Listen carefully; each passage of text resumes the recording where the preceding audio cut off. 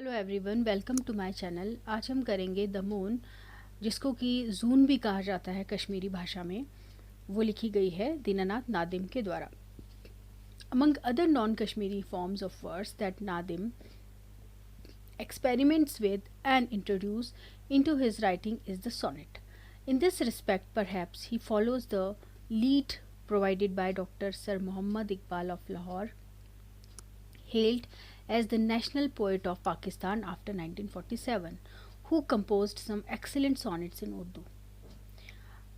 In The Moon, Nadim repeats the Italian model of Petrarch rather than the Shakespearean sonnet form.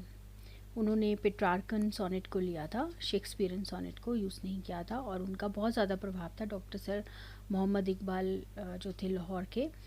और the theme chosen by the poet is the full moon, generally treated as a highly romantic subject associated with young lovers and their youthful emotions. But Nadim jolts our sensibility by the very first line, where the moon, for its round shape, is compared to a pancake or chapati.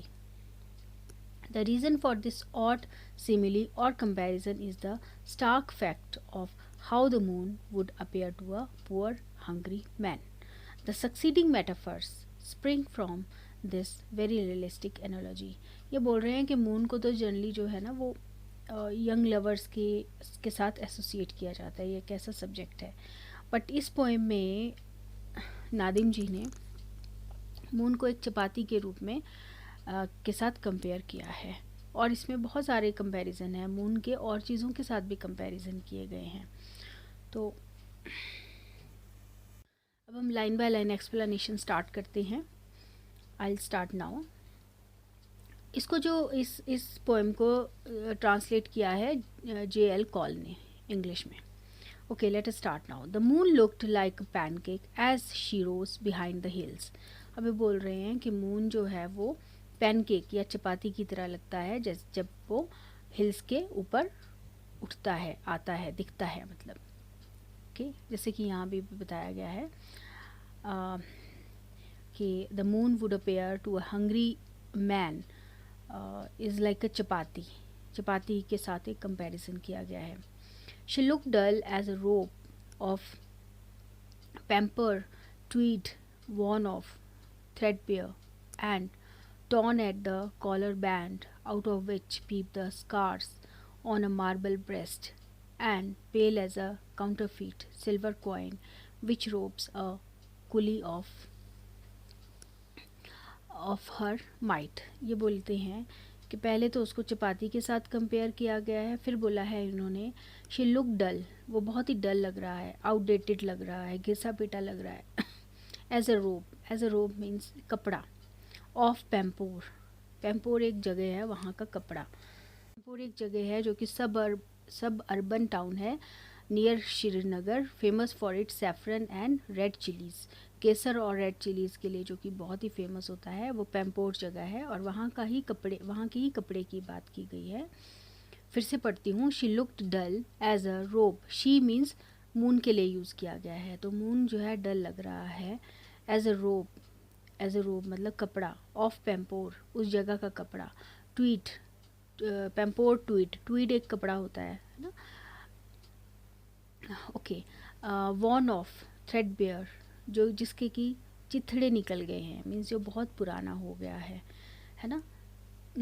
तो मैं फिर से अभी book से पढ़ती हूँ। The moon look dull as a worn out cloak, of cloak means कपड़ा, पहनने वाला कपड़ा, of woollen material, woven at the Pampore. ठीक है, तो मतलब मून किस तरह का लग रहा है, घिसा पिटा एक कपड़ा लग रहा है, वुलन मटेरियल का एक घिसा पिटा सा कपड़ा लग रहा है। ओके, मतलब वुलन के मटेरियल से एक क्लोक बना है। क्लोक मीन्स एक स्लीवलेस सी ड्रेस होती है जो कि पूरी की पूरी बॉडी को कवर कर लेती है, वैसा लग रहा है वो घिसा पिटा सा। ओके, फिर बता रहे हैं the shadow on the surface of the moon are compare to a scratches on a white breast. फिर ये बता रहे हैं। अच्छा, इसमें एक और लाइन है, मैं फिर से इस पोएम को पढ़ती हूँ। She look dull as a robe of Pampore tweed worn of threadbare and torn, और फटा हुआ, at the collar band, out of which, collar band से वो फटा हुआ है, जिसमें से कि, आउट ऑफ विच मीन्स जिसमें से कि, पीप द स्कार्स, स्कार्स दिखाई दे रहे हैं ऑन अ मार्बल ब्रेस्ट पे जैसे कि स्कार्स होते हैं ना, वैसे स्कार्स वो दिखाई दे रहे हैं। तो यही बोल रहे हैं, the shadow on the surface of the moon are compare to scratches on a white breast. इसके बाद आता है एंड पेल किसके लिए बोला है? मून के लिए। And pale as a counterfeit means false silver coin, वो इतना पीला है जितना कोई पुराना घिसा हुआ या पुराना सिल्वर कॉइन हो, वो उतना पुराना लग रहा है। विच रोब्स अ कुली ऑफर माइट, जो कि मीन्स दिया जाता है या एक कुली को दिया जाता है। और जो कॉन्ट्रैक्टर है कुली को चीट करता है। कैसे चीट कर, छोटा मतलब तो हल्का सा, माइट मीन्स उसकी जो आमदनी है उसमें से वो चीट करता है, कॉन्ट्रैक्टर उसको कम पैसे देता है। तो इसमें ये देखो बुक में ये किस तरह से एक्सप्लेन किया है। It is pale as a false silver coin that the contractor pays an ignorant woman laborer, thereby cheating her of the wages of her honest work. जितना उसने ऑनेस्ट वर्क किया है उसको चीट कर रहा है कॉन्ट्रैक्टर, तो वो उतना, तो उसको वो पीले से रंग का एक सिल्वर कॉइन दे रहा है, उसको चीट कर रहा है। फिर हम आ जाते हैं सेकंड पैराग्राफ में। The moon looked like a pancake and the hills looked hungry. अभी बोल रहे हैं the even the hills look hungrily at the chapati shaped moon as if to devour it, जैसे कि वो उसको खा जाएंगी। devour means उसको निगल जाना, ठीक है। and the clouds put out the fire in western skies और जो आफ्टर सनसेट, ये बोल रहे हैं कि after sunset the red fire in the west is put out by the gathered dark clouds. जब सनसेट हो जाता है तो लाल पहाड़ों पे अगर आप देखें तो एक लाल सी लाल रंग का ऐसा लगता है ना आग लगी है ना। तो वेस्ट की तरफ को देखें तो एक लालिमा सी दिखती है। तो वो बोल रहे हैं कि चाँद ऐसा लग रहा है जैसे मीन्स चाँद जो है वो सॉरी मैं फिर से पढ़ती हूँ इसको। The moon look like a pancake and the hills look hungry. हाँ, हिल्स ऐसी लग रही है जैसे कि वो उसको निगल जाएंगी क्योंकि चाँद जो है वो उनके पीछे छुप जाता है ना। And the clouds put out the fire in western, और वहाँ पे क्लाउड्स भी हैं जो कि फायर को जो कि वेस्टर्न साइड में, वेस्टर्न स्काइज में जो फायर होती है ना, जब सूरज छुपने वाला होता है तो क्या होता है, लाल रंग की एक आग सी लग जाती है वहाँ पे, ऐसे दिखता है कि लाल रंग है। तो क्लाउड्स, वहाँ क्लाउड्स हैं तो वो पुट आउट कर देते हैं उसको, मतलब दबा देते हैं, उस फायर को दबा रहे हैं।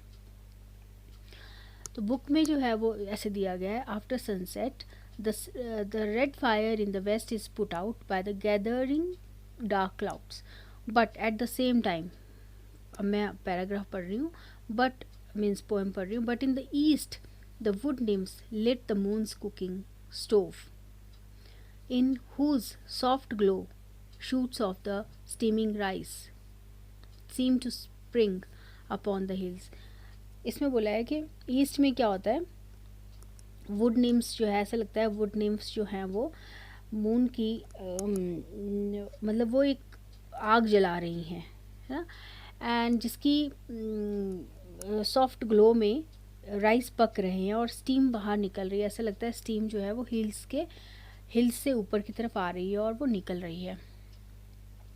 इसमें बुक में दिया है, after sunset the red fire in the west is put out by the gathering dark clouds but at the same time the forest fairies wood nymphs means forest fairies start the cooking fires of the moon light on the eastern hills in the glow of which the mist rises like steam from boiling rice. ऐसा लग रहा है कि जैसे जैसे steam, जब हम चावलों को उबालते हैं तो स्टीम निकलती है ना, तो वो स्टीम जो है वो मिस्ट है एक तरह से, ऐसा लग रहा है। तो फिर पोइट बोलते हैं कि I whispered hope to my hungry belly and gazed with hungry looks at the moon flooded sky. तो वो बोल रहे हैं कि the hope of a satisfying meal gives solace to the empty stomach of the poet. Means ऐसा लग रहा है कि अभी खाना बन गया है तो चलो उनको एम्प्टी स्टमक, जो उनका खाली पेट है ना, उसको उनकी शांति मिल रही है। कि खाना पक रहा है अब। Who continuously and hungrily looks at the moon in the sky, ये पोइट की बात हो रही है। पोइट जो है वो मून की तरफ देखते हैं और बोलते हैं कि स्काई में मून को देखते हैं हंग्रीली, और देखते हैं कि एम्प्टी स्टमक, मतलब मेरा पेट खाली है लेकिन मुझे शांति मिल रही है इससे। Okay, so the unusual symbolic image of the moon as a chapati dominates this sonnet from the first to the last line, and thereby rounds off the perfect unity of the theme and forms of the poem.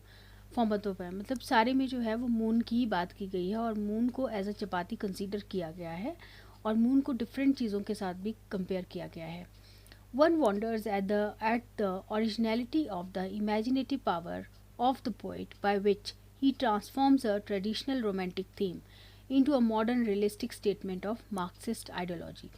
इसमें जो है ना Marxism के बारे में बात की गई है, क्योंकि हमने बात की थी कि पहले भी कि वो जो है मार्क्सिस्ट, उस टाइम के जो पोइट थे वो नेहरू जी या गांधी जी या मार्क्सिस्ट आइडियोलॉजी से बहुत ज़्यादा प्रभावित थे।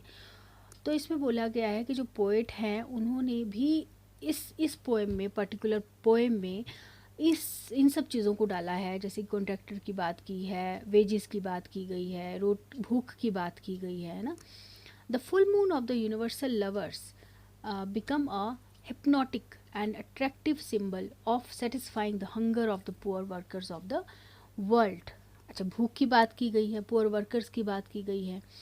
And the dominant image is not special to Kashmir but common to the skies of different lands all over the earth. मतलब कश्मीर की ही बात नहीं है, इसमें पूरी धरती की बात की गई है ना। The guarded reference to the contractors cheating of the laborers draws one's attention to the universal exploitation of the helpless poor by their rich employers. ये तो बात है ही कि कैसे रिच एम्प्लॉयर जो हैं वो हेल्पलेस पुअर की को एक्सप्लॉयट करते हैं। The last picture of the hungry poet gazing at the moon repeats the main theme of the poem as introduced in the very first line. So इसमें moon जो है वो एक चपाती है, एक कॉइन है, पेल है ना। तो ये सब चीज़ें बात की गई है। तो आई होप आपको ये समझ में आ गई होगी पोएम। थोड़ा सा मीन्स मैं भी बहुत कभी बुक से पढ़ के कभी अपने से एक्सप्लेन करके मैंने ये बताई है आपको पोएम। तो थैंक यू सो मच, मैंने अपनी पूरी कोशिश की आपको ये समझाने की। Thank you so much, please subscribe my channel. Thank you.